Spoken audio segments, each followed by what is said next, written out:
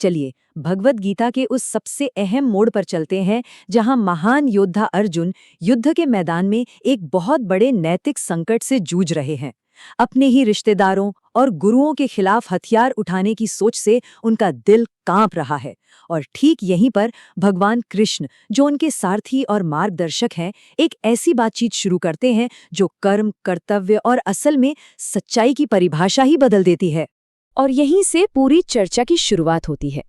ये श्लोक हमें याद दिलाता है कि हम जिस विषय में उतरने वाले हैं, यानी आत्मा का विज्ञान, वो कितना रहस्यमयी और गहरा है। इसे समझना कोई बच्चों का खेल नहीं है, और शायद इसीलिए ये इतना दिलचस्प भी है। कृष्ण यहीं से अर्जुन के तर्क की बुनियाद पर ही सवाल उठाना शुरू करते हैं। तो इस पूरे विश्लेषण में हम कृष्ण के तर्कों को 4 हिस्सों में समझेंगे। सबसे पहले हम आत्मा की अद्भुत लेकिन अक्सर गलत समझी जाने वाली प्रकृति को देखेंगे।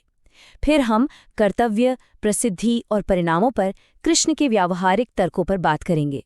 इसके बाद हम देखेंगे कि प्रेरणा में एक बहुत बड़ा बदलाव कैसे आता है, और आखिर में ये समझेंगे कि कैसे एक ऊंचे मकसद के लिए लड़ना ही असली समाधान है। तो चलिए पहले तर्क से शुरू करते हैं, आत्मा की अद्भुत और गलत समझी गई प्रकृति। यहाँ कृष्ण अर्जुन की भावनाओं को बस दिलासा देने की कोशिश नहीं कर रहे, बल्कि वो सीधे सीधे हकीकत की प्रकृति पर ही एक बहुत गहरा दार्शनिक सवाल उठा रहे हैं।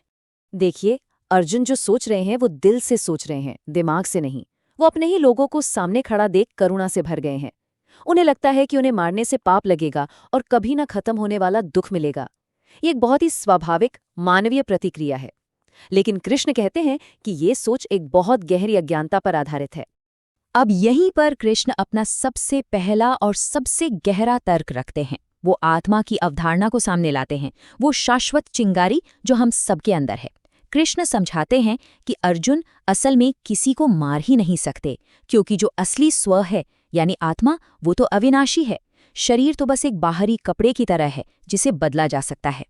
इस बात को और अच्छे से समझने के लिए यहाँ एक सपने की मिसाल दी गई है। जरा सोचिए, एक सपने की कोई स्थायी हकीकत तो नहीं होती, है ना? कृष्ण कहते हैं ठीक वैसा ही ये शरीर है। ये जन्म से पहले नहीं था और मृत्यु के बाद भी नहीं रहेगा। ये तो बस एक अस्थायी पड़ाव है। तो फिर इस अस्थायी चीज के लिए इतना शोक क्यों करना? और हाँ, आत्मा को समझना कोई आसान काम नहीं है। ये कहानी हमें यही सिखाती है। हुआ यूं कि इंद्र और विरोचन दोनों ज्ञान की तलाश में ब्रह्मा के पास गए। विरोचन ने पहली सतह ही बात सुनी कि शरीर ही आत्मा है, और वो संतुष्ट होकर चले गए। लेकिन इंद्र को तसल्ली नहीं हुई।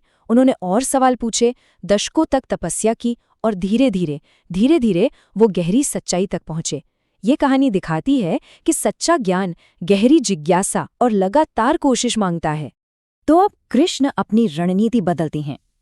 वो जानते हैं कि आत्मा का ये गहरा ज्ञान समझना शायद एकदम से आसान न हो। इसलिए अब वो एक ज्यादा व्यावहारिक और दुनियावी तर्क देते हैं, जो अर्जुन के कर्तव्य, उनकी प्रसिद्धि और युद्ध के परिणामों से जुड़ा है। यहाँ कृष्ण स्वधर्म की अवधारणा को सामने लाते हैं, यानी किसी का अपना खास कर्तव्य। अर्जुन एक क्षत्रिय हैं, एक योद्धा। उनका धर्म है कि वो न्याय के लिए, धर्म की रक्षा के लिए लड़ें। इस कर्तव्य से भागना सिर्फ एक व्यक्तिगत फैसला नहीं है, ये अपने सामाजिक और नैतिक दायित्व से मुंह मोड़ना है। अब देखिए, कृष्ण यहाँ एक बहुत ही दिलचस्प विन विन सिचुएशन सामने रखते हैं, पर शर्त ये है कि अर्जुन लड़े। देखिए, अगर वो जीतते हैं तो उन्हें उनका राज्य वापस मिलता है, और अगर वो युद्ध में मारे भी जाते हैं तो एक योद्धा के तौर पर अपना कर्तव्य निभाने की वजह से उन्हें स्वर्ग मिलता है। दूसरी तरफ युद्ध से भागने पर सिर्फ पाप और बदनामी ही हाथ लगेगी। कृष्ण इस बात पर जोर देते हैं कि दूसरे लोग अर्जुन के इस तरह मैदान छोड़ने को करुणा की नज़र से नहीं देखेंगे। वो इसे कायरता समझेंगे, और एक सम्मानित योद्धा के लिए ये अपमान तो मौत से भी बदतर सजा होगी। उसकी सारी इज्जत जो उसने सालों में बनाई थी, वो पल भर में मिट्टी में मिल जाएगी। और अब हम इस पूरे संवाद के सबसे बड़े मोड़ पर आते हैं।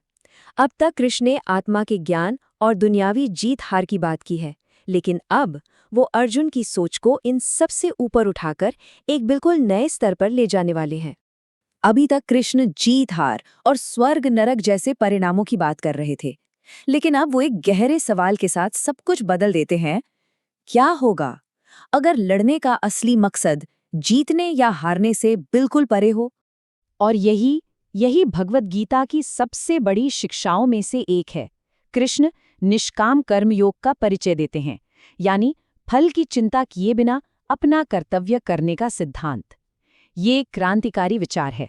यहाँ एक सवाल उठ सकता है ना, कि क्या ये बात विरोधाभासी नहीं है? पहले कृष्ण अर्जुन को स्वर्ग और राज्य का लालच दे रहे हैं और फिर कहते हैं कि इन सब परिणामों की चिंता ही मत करो। इसका जवाब ये है कि ये दो अलग अलग स्तरों के निर्देश हैं जो एक गहरी समझ की तरफ ले जाते हैं। इस बात को समझाने के लिए एक बहुत ही सुंदर उदाहरण दिया गया है। सोचिए, एक बच्चे को कड़वी दवा देनी हो तो पहले उसे एक लॉलीपॉप का लालच दिया जाता है। कृष्ण ने भी पहले अर्जुन को भौतिक पुरस्कारों का लॉलीपॉप दिया, और जब एक बार अर्जुन का ध्यान उनकी तरफ खिंच गया, तब कृष्ण ने गहरी और असली शिक्षा यानी निस्वार्थ कर्म की दवा दी। तो आत्मा के ज्ञान और निस्वार्थ कर्म की शिक्षा के बाद कृष्ण इन सारे धागों को एक साथ पिरोते हैं और अर्जुन के कर्तव्य को एक नया और गहरा मतलब देते हैं। ये लड़ाई अब सिर्फ एक जमीन का युद्ध नहीं रह जाएगी। ये स्लाइड अर्जुन की प्रेरणा के विकास को बिल्कुल साफ साफ दिखाती है। वो करुणा और डर की वजह से निष्क्रिय होने से शुरुआत करते हैं, फिर कृष्ण उन्हें इनाम के लिए कर्म करने की ओर ले जाते हैं, और आखिर में वो उसे सबसे ऊंचे स्तर पर लाते हैं, परिणाम की इच्छा के बिना सिर्फ कर्तव्य के लिए कर्म करना।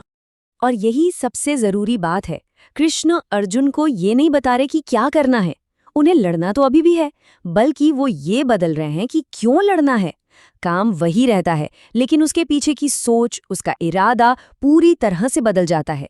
ये लड़ाई अब किसी व्यक्तिगत लाभ के लिए नहीं, बल्कि एक ऊंचा निस्वार्थ कर्तव्य बन जाती है। और यहीं पर कृष्ण का उपदेश हमें एक गहरे सवाल के साथ छोड़ जाता है। ये प्राचीन ज्ञान हमें सिखाता है कि हमारे कामों का असली मूल्य उसके परिणाम में नहीं, बल्कि उसके पीछे छिपे इरादे में होता है। और ये हमें सोचने पर मजबूर करता है कि कैसे एक ही काम जब अलग अलग इरादों से किया जाता है तो उसका मतलब पूरी तरह से बदल सकता है। ये एक ऐसा सवाल है जो सिर्फ युद्ध के मैदान तक ही सीमित नहीं, बल्कि हमारी पूरी जिंदगी में गूंजता है।